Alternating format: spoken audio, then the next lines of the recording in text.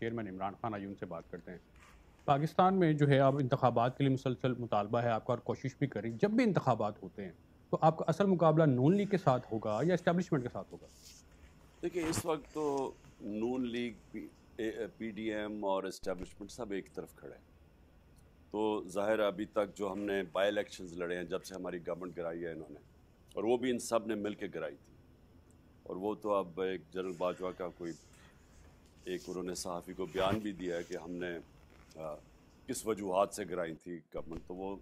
مان گیا ہے رجیم چینج کا، تو انہوں نے مل کے گرائی تھی، اس کے بعد سب اکٹھے رہے۔ ہم نے 36 بائی الیکشنز میں سے 29 جیتے، ان سب کو ہرا کے، یہ سب ایک طرف کھڑے تھے اور ہم نے ان کو ہرایا، اور لگ رہا ہے کہ یہ ابھی بھی جو الیکشنز ہوں گے یہ سب مل کے ہمارے خلاف لڑیں گے۔ آپ جب سے حکومت سے نکلے ہیں اور جب سے اسمبلیاں تحلیل ہوئی ہے، آپ میڈیا کی ہیڈ لائن تو بن رہے ہیں، لیکن آپ کو نہیں لگتا کہ آپ اپنے سیاسی اہداف نہیں حاصل کر سکے جو کہ آپ کی ایک سیاسی ناکامی ہے، سیاسی مخالفین سمجھتے ہیں؟ دیکھیں اس وقت تو ہماری ایک ہی کوشش تھی، صاف اور شفاف الیکشن۔ صاف الیکشن تو ہو نہیں سکتے اور شفاف الیکشن ہو نہیں سکتے ہاں، لیکن الیکشنز ہو سکتے ہیں، کیونکہ الیکشن کمیشن بھی ان کے ساتھ ہی کھڑی ہوئی ہے، اسٹیبلشمنٹ ان کے ساتھ ہے، پارٹیز ان کے ساتھ ہیں۔ اب انہوں نے کیئر ٹیکر گورنمنٹس پنجاب اور کے پی میں جو بنائی ہیں، وہ یعنی اتنی جانبدار گورنمنٹس کیئر ٹیکر پاکستان کی تاریخ میں نہیں بنی۔ سارے نیچے جو عملہ ہے وہ بھی لے آئے ہیں، جو پولیس والے ہیں وہ لے آئے ہیں الیکشن کی دھاندلی کرنے کے لیے۔ تو کیا آپ یہ کہہ رہے ہیں کہ ہم کامیاب ہوئے ہیں یا نہیں؟ ہم سمجھتے ہیں کہ ہم کامیاب ہو گئے ہیں، کیونکہ آج عدالت کے اندر کیس ہے، اور جو لگ رہا ہے کہ 90 دن سے آگے اب وہ نہیں جائیں گے الیکشنز میں پنجاب اور پختونخوا میں، اور میرا یہ سوچ ہے کہ اگر ان دو صوبوں میں جو کہ 66% پاکستان ہے، اگر یہاں الیکشنز ہو گئے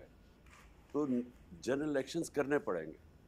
ابھی آپ نے کہا کہ اسٹیبلشمنٹ نیوٹرل نہیں ہے، تو اس کا مطلب ہے کہ جو اسٹیبلشمنٹ کے اہم ترین پلیئرز ہیں آپ کا ان کے اوپر 100% اعتماد نہیں ہے؟ دیکھیں ابھی تو وہی جنرل باجوہ کی پالیسیز چل رہی ہیں، اور جنرل باجوہ نے تو اب خود ہی کہہ دیا ہے کہ انہوں نے گورنمنٹ گرائی تھی کیونکہ جو بھی وہ کہتے تھے ملک کو خطرہ ہے، تو اس کے بعد جو گورنمنٹ لے کے ہیں وہ اس نے ملک کا معیشت کی تو بالکل تباہی کر دی، بلکہ ہر طرح ملک نیچے چلا گیا،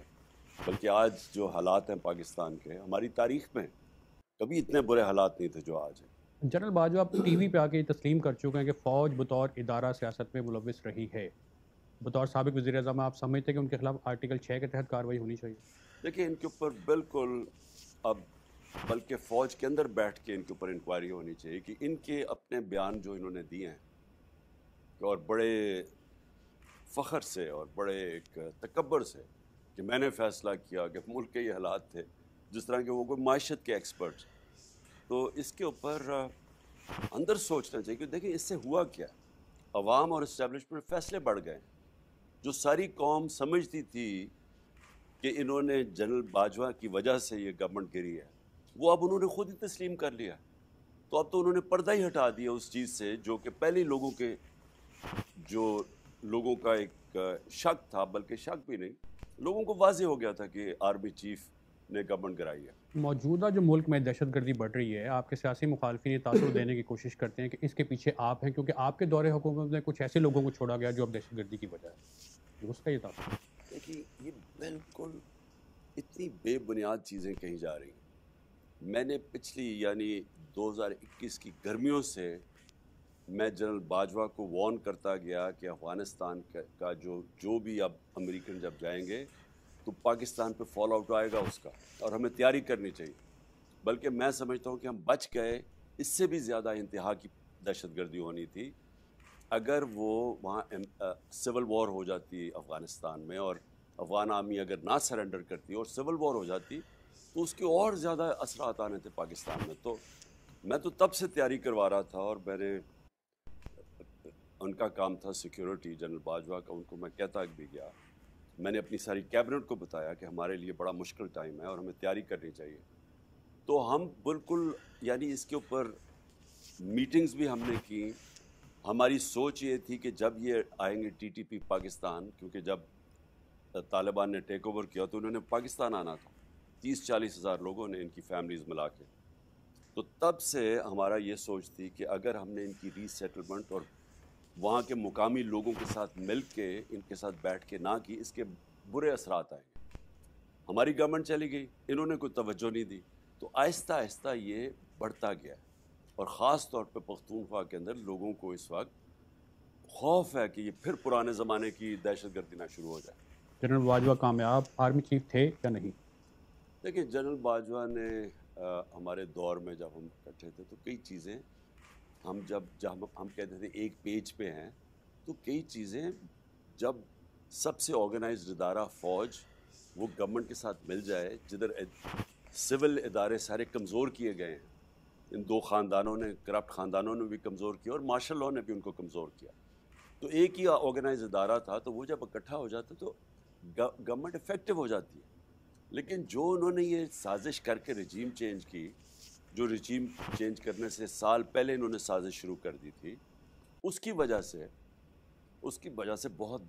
آج پاکستان میں جو بحران ہے اس کے وہ ذمہ دار ہیں۔ ایک عوامی تاثر ہے کہ جو آپ کی اور پریزیڈنٹ ٹرمپ کی جو ایک فریکوینسی تھی، وہ ایک آپ اچھے تعلقات تھے، وہ جو بائیڈن کے ساتھ نہیں بن سکے، اس کی کیا وجہ ہے کہ کیوں نہیں بن سکے وہ تعلقات؟ میرے خیال میں افغانستان تھا اس میں، کیونکہ مجھے لگتا ہے کہ جو بائیڈن جب افغانستان سے وڈرال کا ٹائم تھا، وہ ایک ان کے اندر تاثر پایا جا رہا تھا کہ پاکستان ذمہ دار ہے کہ امریکن نہیں کامیاب ہو سکے افغانستان میں، ان کے اندر ایک بہت تاثر تھا ان کی گورنمنٹ کے اندر، میرے خیال میں اس کی وجہ سے وہ کوشش تھے، تو اس لیے میرا کوئی رابطہ ہی نہیں ہوا۔ جیل برو تحریک چل رہی ہے، کیا آپ جیل جانے کے لیے تیار ہیں؟ دیکھیں، ہم سب کو یہ جہاد کے اندر، یہ جہاد ہے اس وقت، ایک ملک کے اوپر فیشزم امپوز کی جا رہی ہے، کبھی اتنا تشدد کسی پولیٹیکل پارٹی کے کارکنوں میں ہوا ہی نہیں، مارشل لاء میں بھی نہیں ہوا۔ میں جنرل باجوہ، جنرل مشرف کی، میں ان کی سخت اپوزیشن کرتا تھا، مجھے جیل میں بھی ڈالا 8 دن، لیکن میں نے کبھی اس طرح کی فیشسٹ ٹیکٹکس، جو انہوں نے سارے بنیادی حقوق ہمارے ختم کیے، جس طرح تشدد کیا گیا، کارکنوں کو جیلوں میں ڈال کے انہوں نے تشدد کیا، ہمارے لیڈرز کو، شیخ رشید کو، اس کو اعظم سواتی کو، شہباز گل کو، فواد چودھری کو، اس کے علاوہ صحافیوں سے جو کیا، ارشد شریف کا جو قتل کیا ہے، ایسا تو کبھی پاکستان میں پہلے نہیں ہوا۔ تو جو بنیادی حقوق ہیں ہمارے، ان سارے حقوق کی انہوں نے خلاف ورزی کی ہے، اور یہاں کوئی کسی قسم کی پروٹیکشن نہیں ہے۔ تو ہم نے اس لیے فیصلہ کیا کہ بجائے یہ ہمیں سپریس، دبائیں اور دھمکائیں، دو طریقے ہیں نا، یا انتشار کی طرف نکل جائیں، توڑ پھوڑ ہو، اور یا پھر ہم پرامن ایک نان وائلنٹ طریقہ جو ہے جیل بھرو طریق، تاکہ ان کو ہم ایکسپوز کریں۔ اگر آپ گرفتار ہوتے ہیں تو کیا اسی جیل میں رہنا پسند کریں گے جس میں نواز شریف کو رکھا گیا تھا؟ دیکھیں، مجھے تو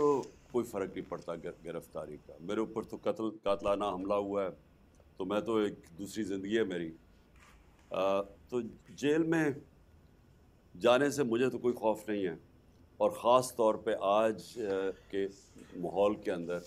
میں کئی دفعہ سوچتا ہوں کہ جیل میں تو میں چلا جاؤں گا، کیا یہ اس کا فال آؤٹ، گیون کہ پاکستان کی معیشت کے کیا حالات ہیں، کیا یہ برداشت کر لیں گے اس وقت؟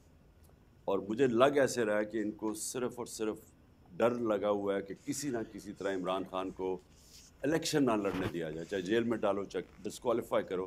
کیونکہ سب مل کے بھی خوف زدہ ہیں کہ جب بھی الیکشن ہوں گے یہ سب ہار جائیں گے۔ وائس آف امریکہ کو ٹائم دینے کا بہت شکریہ۔